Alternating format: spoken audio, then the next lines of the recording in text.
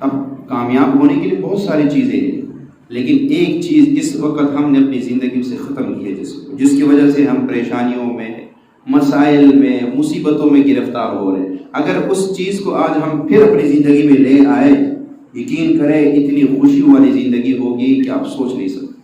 وہ کیا ہے؟ وہ ہے دعا۔ زندگی خوبصورت بنانے کا راز کیا ہے؟ فرمایا زندگی خوبصورت بنانے کا راز یہ ہے کہ دعا لی جائے، دعا دی جائے، دعا کی جائے۔ یہ تین کام، دعا لو، دعا دو اور دعا کرو۔ میرے مرشد فرماتے ہیں آپ کے ہاتھ میں 2 تھیلے ہیں، آپ ان کا وزن ہر وقت چیک کرتے رہے، کہیں کمی تو نہیں ہو رہی۔ ایک تھیلا وہ ہے جس میں آپ نے دعائیں لی ہے، ایک تھیلا وہ ہے جس میں آپ دعائیں مانگ رہے ہیں۔ یہ 2 چیزیں اگر آپ کی زندگی میں آ گئی، دعا آپ نے لینی شروع کر دی آج کے بعد کہ میں نے دعائیں لینی ہیں، بس جانور کی، بے زبان کی، انسان کی، کسی کے بعد دعائیں، یہ اب آپ نے آج کے بعد یہ 2 تھیلے پکڑ لینے ہاتھ اور آپ نے اس کو بھرنا ہے۔ یہ 2 تھیلے آپ کے پاس ہونے چاہیے اور دونوں کا وزن برابر رکھنا ہے، بڑھ جائے کوئی مسئلہ نہیں، کم نہ ہو بس۔ اور ان دونوں تھیلوں میں آپ نے ہر وقت یہ دیکھنا ہے کہ میں دعا لے کتنا رہا ہوں اور کر کتنا رہا ہوں۔ اور یہ 2 چیزیں جو ہوتی ہیں نا، یقین جانیے یہ نسلوں کے کام آتی ہیں۔ کہتے ہیں فلاں بندہ مٹی کو ہاتھ لگاتا ہے سونا بن جاتا ہے، کیا ہے؟ کہا اس کے پیچھے فلاں بزرگ کی دعا ہے، اس کے پیچھے ماں کی دعا ہے، اس کے پیچھے باپ کی دعا ہے۔ کہا فلاں بندہ سونے کو ہاتھ لگاتا ہے وہ مٹی ہو جاتا ہے، کیا ہے؟ کہا جی سنا نہیں، فلاں بزرگ نے، فلاں بندے نے، یا ماں باپ نے، یہ ماں باپ کا نافرمان ہے اس لیے ایسا ہو رہا ہے، کہ فلاں نے اس کو بد دعا دی ہے اس لیے ایسا ہو رہا ہے۔ ایک بندہ تھا چودھری گاؤں کا، اس کے زمینیں تھے کافی سارے، زمین کے ساتھ مسجد تھی، مسجد میں ایک حافظ صاحب رہتے تھے، کوئی اس کا کوئی رشتہ داری، کوئی تعلق کسی سے تھا نہیں، تو حافظ صاحب کے لوگ خدمت کرتے، زیادہ تر گاؤں کے لوگ جو ہے مرغیاں لا کے دیتے تھے حافظ صاحب۔ اب وہ مرغیاں حافظ صاحب نے بہت ساری رکھی ہوئی تھیں، وہ مرغیاں ادھر ادھر پھرتی رہتی تھی، وہ مسجد میں ہوتے تھے، مسجد کی صفائی کر لی، مسجد کا اپنا بس مسجد کا ان کا تعلق تھا۔ چودھری صاحب بڑے ظالم بندے تھے، جس کو چاہتے اٹھا کے اپنے ڈیرے پہ بلا کے وہ بے عزت کر کے مار کے، جو ان کا طریقہ ہوتا ہے ان لوگوں کا۔ ایک دفعہ چودھری صاحب نے زمین کا معائنہ کرنے آئے تو دیکھا کچھ کھیت کے اندر مرغیاں پھر رہی، اس نے کہا یہ کس کی ہے؟ انہوں نے کہا جی مسجد کے جو حافظ صاحب ہیں یہ ان کی ہے، ان کی مرغیاں ہے۔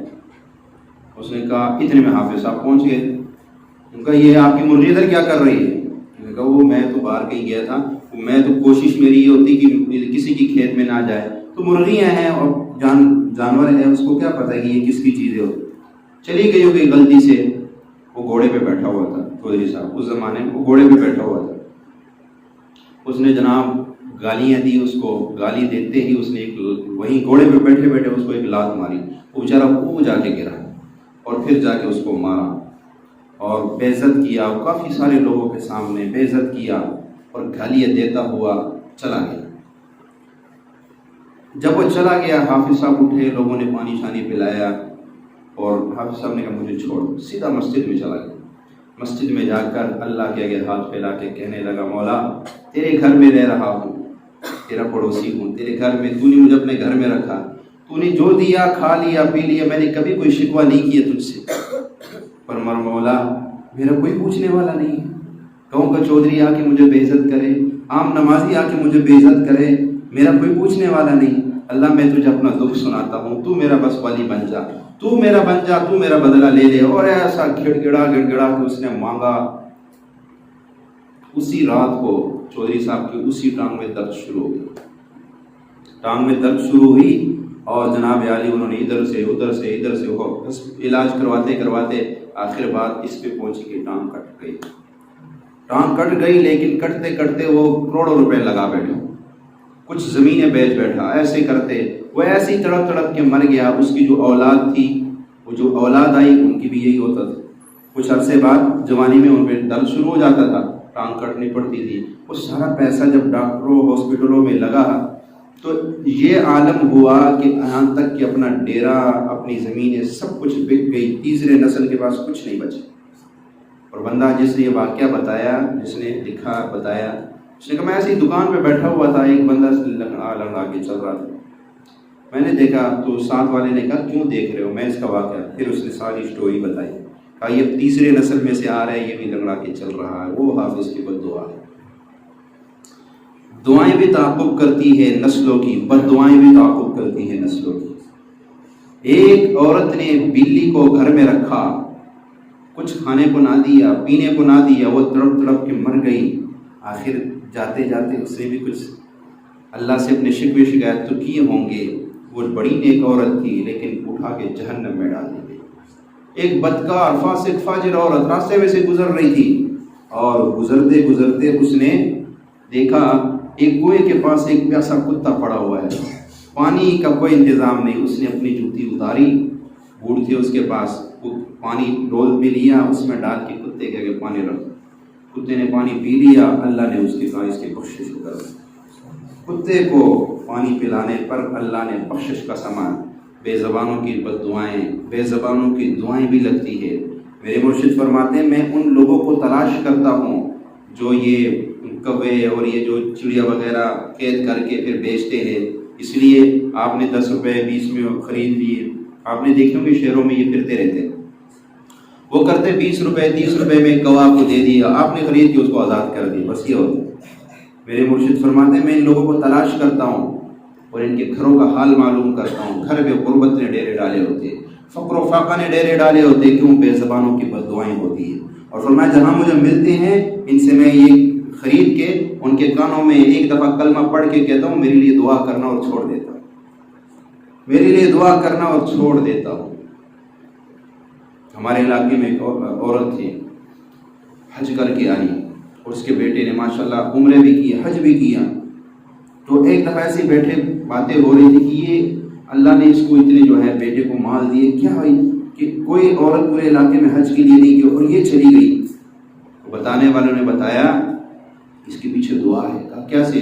کہا گاؤں کے ایک بندہ تھا، ایسا بیمار ہو گیا تھا کہ کوئی اس کے قریب نہیں جاتا تھا، بیماری دوسرے کو لگ جاتی تھی، اور کوئی بھی اس کو نہ کھانا دیتا تھا، اور یہ عورت اس وقت بچی تھی، 8-10 سال کی عمر تھی، یہ گھر سے روٹی چرا کے لے کے اس کو دے دیتی تھی، پانی جو ہے چرا کے، گھر والوں کو پتہ چلتا وہ ڈھانٹتے مارتے تھے کہ بھئی اس سے نفرت کرتے تھے کہ اس کی بیماری دوسرے کو لگ جائے گی، خطرناک بیماری لگی ہوئی ہے اس کو، کوڑ کا مرض ہوتا ہے بڑی جو ہے نا۔ تو وہ جب یہ کھانا دیتی تھی کچھ بھی تو آسمان کی طرف دیکھتا تھا، وہ دعائیں آج اس کو اس لیے خانہ کعبہ کے گرد طواف کروا رہی ہیں۔ کسی کی دعائیں ہوتی ہیں زندگی میں، جو آدمی لے لیتا ہے نا کامیاب ہو جاتا ہے۔ دعائیں ایسا تعاقب کرتی ہیں آپ سوچ نہیں سکتے۔ ہم الحمدللہ 7 بھائی ہیں، میرے صرف 2 بھائی حافظ نہیں ہیں، باقی سب حافظ قرآن۔ ایک ابھی اس سال عالم بن جائے گا، ایک میں نے الحمدللہ ٹوٹا کیا ہوا ہے علم کا کورس، 2 ہم عالم، باقی سب حافظ۔ میں نے والدہ سے پوچھا، میرے دوسرے تایا ہے، چاچا میرے تایا ہے، ان کا ایک ہی بیٹا حافظ عالم ہے، تو باقی میرے دوسرے ان کا کوئی نہیں ہے، وہ بس بہت دور ہے دین سے۔ تو میں نے پوچھا، میری والدہ کہتی تھی ہمارے علاقے کے ایک عالم تھے، ہمارے رشتہ دار بھی لگتے، بہت نیک اللہ والے انسان، بڑے اللہ والے۔ اس وقت ان کو 35 سال ہو گئے بخاری شریف پڑھاتے ہوئے۔ میں نے ان کے بیٹے سے پوچھا ایک دفعہ، میں نے کہا اپنے والد صاحب کی کوئی کرامت کوئی تو بتائیں، کوئی اللہ نے کہنے لگے ایک طالب علم آیا اور اس نے کہا میں عمرے کے لیے گیا تھا اور میں سوچ رہا تھا کہ میرا آخری سال ہے، میں نے دورہ حدیث کرنا ہے، میں کہاں کروں، میں کراچی چلا جاؤں یا پشاور چلا جاؤں؟ کہا مجھے اللہ کے نبی پاک صلی اللہ علیہ وسلم کی زیارت ہوئی اور اللہ کے نبی صلی اللہ علیہ وسلم نے مجھے اس عالم کے بارے میں فرمایا کہ جا کے اس کو میرا سلام کہہ دینا، اور وہاں تم نے دورہ حدیث پڑھنا ہے بخاری شریف، ان سے پڑھو جا کے۔ اتنی عزت نبی پاک صلی اللہ علیہ وسلم کے ہاں ان کا مقام کہ اللہ کے نبی ان کے لیے سلام بھیج رہے ہیں، اتنے اللہ کے ولی تھے۔ لگا بارش، بڑی سخت گرمی تھی، تو ان کے بیٹے نے مجھے بتایا کہ بارش کے لیے لوگ دعائیں مانگ رہے ہیں۔ اچھا بارش ہو گئی، اسی مدرسے کے بہت بڑے عالم تھے، اس نے بتایا کہ میں نے خواب دیکھا، بادل میں سے آواز آئی کہ تم بارش کے لائق نہیں ہو اگر فلاں عالم تمہارے اندر نہ ہوتے، یہ اس کی برکت سے تم پہ بارش برسا۔ جب ہم چھوٹے چھوٹے تھے وہ آتے تھے اپنے ہمارے علاقے میں، میری والدہ کہتی ہیں گھر میں آتے تھے، کیونکہ میری پھوپھی ان کے گھر والی ہے تو رشتہ داری اور قریب تھی ہماری، تو ہمارے گھر میں آتے تھے۔ میری والدہ کہتی میں ان کے لیے ان کی اچھی خدمت کرتی تھی اور ان سے یہ کہتی تھی کہ میرے ان بچوں کے لیے، سب بچوں کو آگے کرتی تھی، سب کے سروں پہ ہاتھ پھیر کے وہ دعائیں کرتے تھے۔ یہ میں سمجھتا ہوں ان کی دعائیں ہیں جو آج اللہ تعالیٰ نے ممبر پہ بٹھا دیا۔ دعائیں ہوتی ہیں، آپ لوگ دعاؤں کو تلاش کریں۔ آج کے بعد کہاں سے؟ ایک بابا جی تھے مٹھائی کے ڈبے بیچ رہے تھے، مجھے فرمانے لگے، میں نے ان سے پوچھا بابا جی ایک ڈبہ کتنا کا دو گے؟ 120 روپے کا۔ میں نے کہا میں سفید پوش آدمی ہوں۔ سفید پوش کا مطلب ان کا یہ تھا کہ میں نے سفید کپڑے پہنے ہوئے۔ سفید پوش کے کئی مطلب ہے، سفید پوش کا مطلب سفید کپڑے پہنے ہوئے، سفید پوش کا مطلب میں غریب بندہ ہوں۔ انہوں نے کہا میں نے وہ مطلب نہیں لیا غریب والا، میں نے وہ مطلب لی کہ میں نے سفید کپڑے، اور اکثر میرے مرشد سفید ہی پہنتے، کبھی میں نے ان کو دوسرے کلر کا سوٹ نہیں دے۔ تو فرمایا میں نے اس سے کہا بھائی میں سفید پوش آدمی ہوں، کوئی کم کر دو۔ میں نے کہا بیٹا مجھے کچھ بھی نہیں بچتا، کوئی 10-20 روپے بچتا، اگر میں اس سے کم کر دوں تو کیا ہوگا، مجھے تو کچھ بھی نہیں۔ دیکھیں میں آپ سے 1 درجن لے لوں گا۔ اب بیچنے والا کہتے ہیں اتنے زیادہ لے رہے، اگر مجھے 10 بھی بچتا تو بات کہاں پہنچ جاتی ہے۔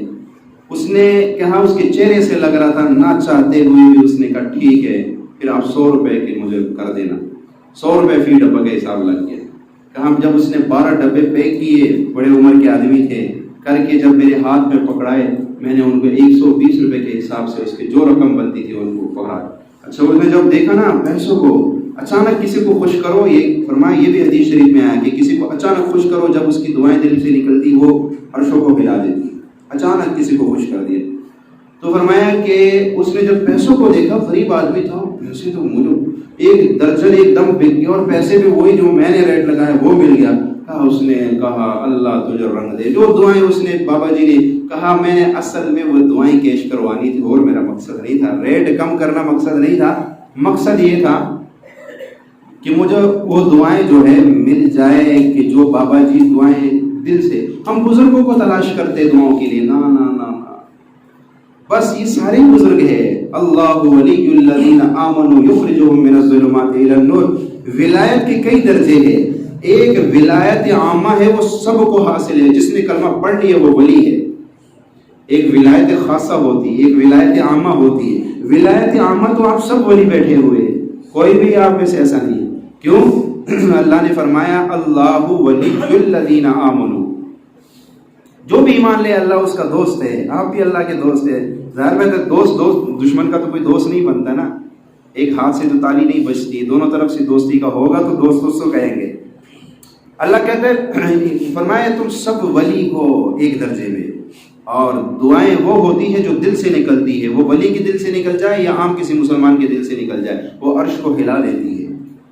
اس لیے اگر آپ چاہتے کہ میری اولاد، میرے نسلیں مزے کرے، ان کے بخت بن جائے، ان کی نصیب کھل جائے، تو پھر آج کے بعد آپ لوگوں نے دعاؤں کو تلاش کرنا ہے، دعاؤں کو تلاش کرنا ہے۔ دعاؤں سے کیا ہوتا ہے آپ سوچ بھی نہیں سکتے۔ ساری زندگی انسان عبادات کرتا ہے، ساری زندگی انسان قرآن کی تلاوت، درود شریف، استغفار، کس لیے؟ آخری نتیجہ کیا نکلتا ہے کہ اللہ مجھے بخش دے، اللہ مجھے جنت میں داخل کر، آخری نتیجہ یہیں پہ آگے ہوتا ہے۔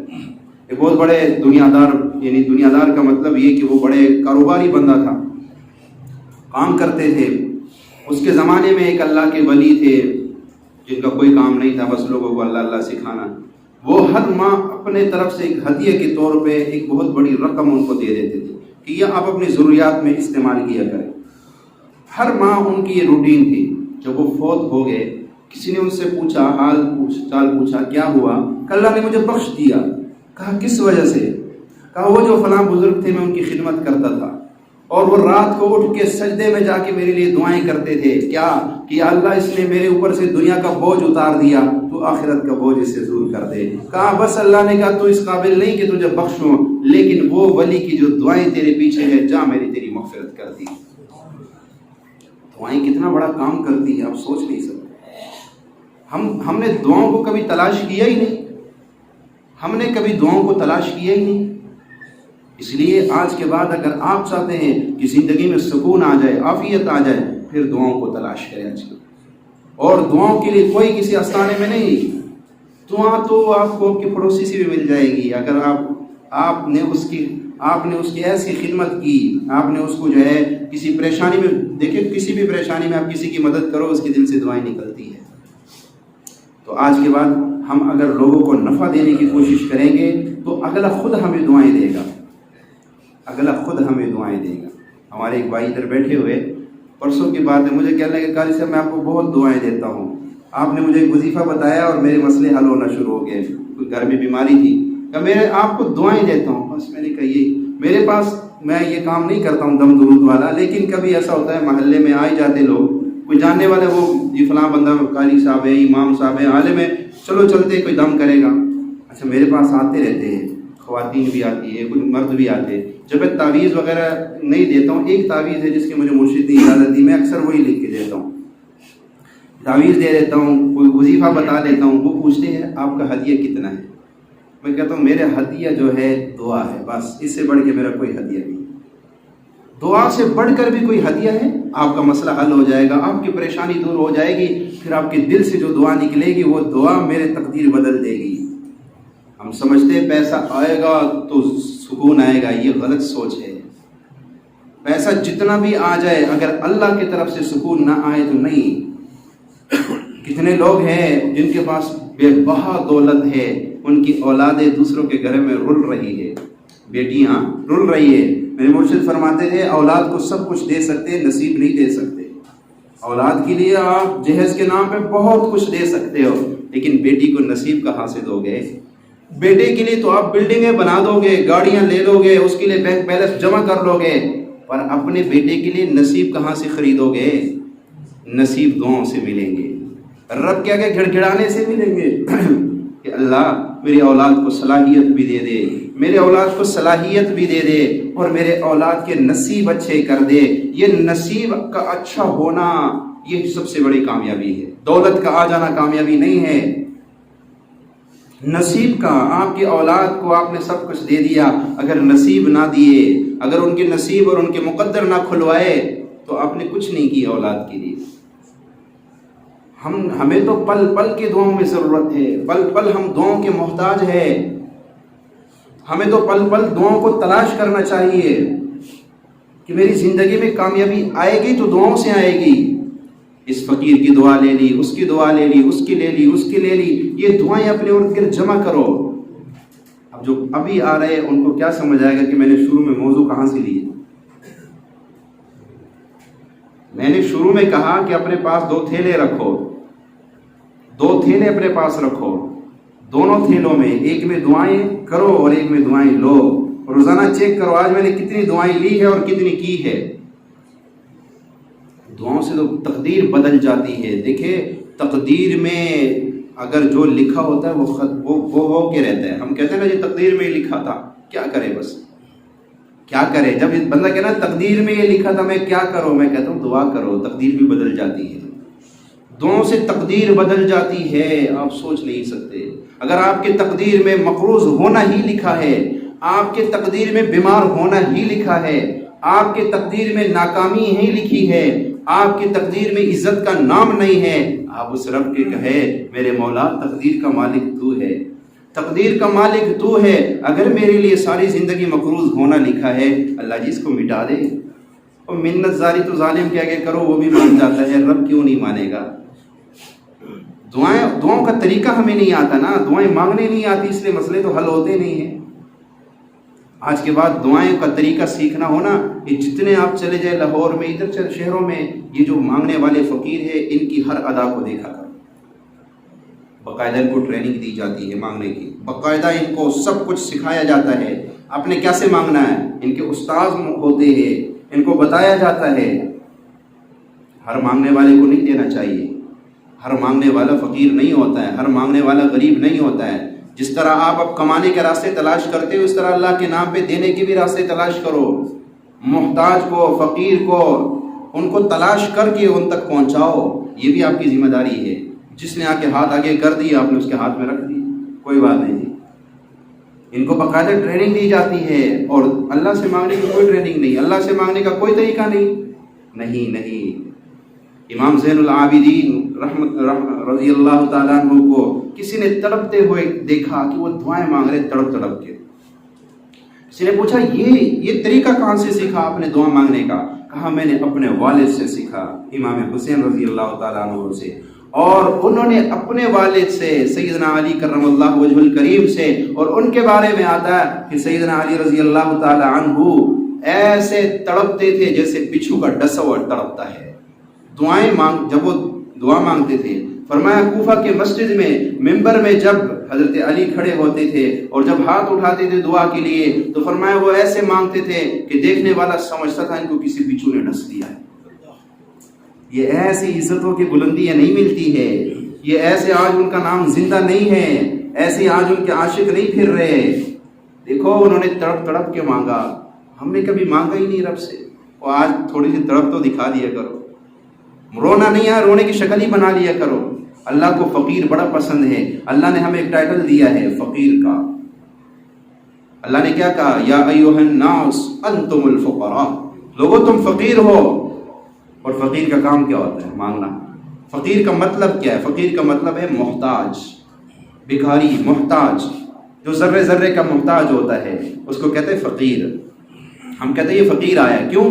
فقیر کا کام روٹی مانگنا، کپڑا مانگنا، پیسے مانگنا، پر جو اس کو نظر آتا ہے. اچھا کہیں آپ نے دیکھے ہوں گے مانگنے والے فروٹ والے کے پاس کھڑے ہو کے گے، ایک کیلا تو دے دو، ایک سیب تو دے دو، چلو پیسے نہیں دینے یہ دے دو. ہوٹل والے کے پاس جائیں گے، یار ایک روٹی کھلا دو. وہ فقیر جو ہے وہ روٹی کا بھی محتاج ہے، وہ ہر چیز کا محتاج ہے. پھر ہم بھی تو فقیر ہے نا. اللہ نے ہمیں فقیر کہا، پر وہ کس کا؟ وہ ان کے درد کا فقیر ہے جو خود ہی فقیر ہے. اور ہم اس درد کے فقیر ہے جو غنی ہے، جس نے اپنے سخاوت کا اعلان کیا ہے. لوگو آ جاؤ میرے در پہ، میں تمہیں دوں گا. وَهُوَ الَّذِي يَقْبَلُ التَّوْبَةَ عَنْ عِبَادِهِ، او رب ہے جو تمہارے دعاؤں کو قبول کرتا ہے. ادعونی استجب لکم، اے لوگوں مجھ سے مانگو میں تمہیں دوں گا، میں تمہیں دوں گا. مجھ سے مانگو میں تمہیں عطا کروں گا. وَإِذَا سَأَلَكَ عِبَادِي عَنِّي فَإِنِّي قَرِيبٌ، اور لوگ جب میرے بارے میں سوال کرے کہ اللہ کہاں ہے، کہہ دینا وہ تمہارا بڑا قریب ہے، وہ تمہارا بڑا قریب ہے. اجیب دعوت الداعی اذا دعان فلیستجیبوا لی، جب تم اس کو پکارتے ہو وہ تمہاری پکار کو قبول کرتا ہے. تو کیوں نہ آج کے بعد ہم بھکاری بن جائے، فقیر بن جائے، پھر دیکھنا زندگی میں کیا مزے آئیں گے آپ سوچ بھی نہیں سکیں. اور ایک بات بتاؤں، یہ جو فقیر ہے نا، فقیر، یہ جو مانگنے والے، ان کا پیچھے آپ ڈیٹا تلاش کرو، ان کے پاس بڑی بڑی زمینیں ہوتی ہے، بڑے عیش و عشرت کی زندگی گزار رہے ہوتے ہیں. اور ان کو آپ کہو نا جی مجھ سے روزانہ 2000 لے لیا کر، مانگا نہ کر، یہ کبھی بھی آپ سے نہیں لیں گے. وہ کہتے ہیں یار مانگنے میں جو لذت ہے، مانگنے میں جو پیسہ ہے وہ کام کرنے میں نہیں ہے. مجھے یہ بتائے کہ جو مخلوق کے آگے فقیر بن کے بلڈنگیں بنا سکتا ہے، جو مخلوق کے آگے فقیر بن کر گاڑیاں لے سکتا ہے، جو مخلوق کے آگے مانگ کر اپنے لیے پتہ نہیں کیا کچھ خرید سکتا ہے، اگر ہم اس غنی کے در کے فقیر بن جائے تو کیا ہم بلڈنگیں نہیں بنا سکتے؟ کیا ہم گھر نہیں بنا سکتے ہیں؟ کیا ہم مالدار نہیں ہو سکتے ہیں؟ ہو سکتے کہ نہیں؟ تو دنیا کے فقیروں کے حال یہ ہے کہ وہ فقیروں کے پاس جا کے خالی نہیں آتے ہیں، اور ہم اس کیا کہ خالی ہاتھ آ جائیں گے. نہیں ایسا نہیں ہو سکتا. بس تھوڑا سا ڈنگ آنا چاہیے، طریقہ آنا چاہیے مانگنے کا، گڑ گڑانے کا. میں آپ کو ایک طریقہ بتاتا ہوں. امام زین العابدین رحمۃ اللہ تعالیٰ علیہ کو صفا مروہ، اس وقت یہ آج جو صفا مروہ اس طرح نہیں تھا، ایسے چبوترے بنے ہوئے تھے، بڑے بڑے پتھر رکھے ہوتے تھے، لوگ اوپر بھی آتے تھے نیچے بھی آتے تھے. ابھی بھی اللہ آپ کو لے جائے تو خانہ کعبہ کے جہاں پہ صفا مروہ لوگ کرتے ہیں صحیح، تو وہاں ایک سائڈ پہ بڑے بڑے پتھر بھی رکھے ہوئے. امام زین العابدین رحمۃ اللہ علیہ ایک جگہ مصلی بچھا کے نا اللہ سے مانگ رہے تھے، یا اللہ کھانے کو دل چاہ رہا ہے، کھانے کو کچھ نہیں ہے، اللہ دے دے. اور کپڑے مانگ رہے تھے. مانگنے کا طریقہ کیا تھا؟ آج آپ نے یہ طریقہ بھی آزما کے مانگنا ہے رب سے. مانگنے کا طریقہ یہ تھا کہ اللہ کے جتنے صفاتی نام ہیں، یا رحمان، یا رحیم، یا کریم، یا رؤوف، یہ جتنے بھی اللہ کے نام ہیں وہ ایک نام کو پڑھتے تھے. ایسے ہاتھ نیچے کیے اور کہتے تھے یا ارحم الراحمین، یا ارحم الراحمین، یا ارحم الراحمین. ایک ہی سانس میں سانس بھی نہیں لیتے تھے اور کہتے جا رہے یا ارحم الراحمین، یا ارحم الراحمین، یا ارحم الراحمین.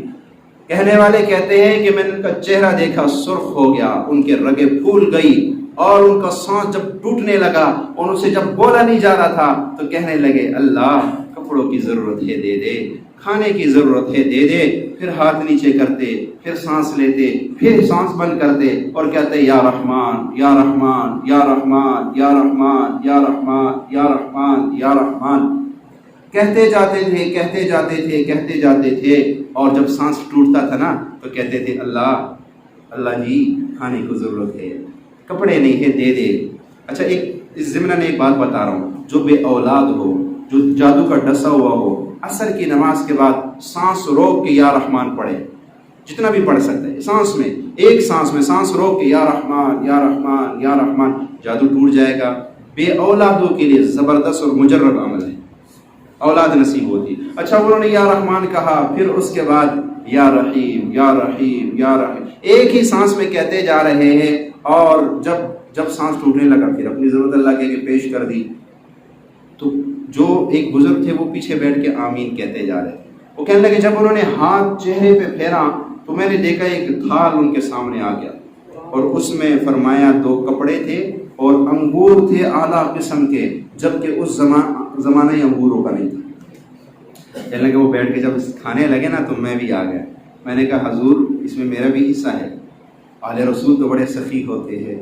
کہا کیسے تمہارا حصہ یہ بتاؤ؟ کہا جب تم دعا مانگ رہے تھے نا تو میں پیچھے بیٹھ کے آمین کہہ رہا تھا، تو میں نے بھی تو یہ حصہ ڈالا ہے۔ کہا اچھا ٹھیک ہے کھاؤ میرے ساتھ۔ کہا وہ انگور میں نے کھائے، اور اس انگور میں جو لذت تھی وہ دنیا کے انگور بھی میں نے آج تک نہیں دیکھی، اور وہ انگور بھی میں نے آج تک کبھی دنیا میں نہیں دیکھے ہیں۔ کہا جب ہم انگور کھا کے پیٹ بھر گیا، ان کا بھی بھر گیا، تو جب کپڑے اٹھائے کہا اچھا 2 کپڑے ہیں، ایک تو لے لے۔ میں نے کہا نہیں مجھے کپڑوں کی ضرورت نہیں ہے، کپڑے میرے پاس ہے۔ تو پھر وہ ایک کونے میں ہو کے انہوں نے اس لباس کو تبدیل کیا، اور جو پرانا لباس تھا وہ اتار کے نیچے آئے تو ایک فقیر کھڑا تھا، اس کو دے دے کے جا۔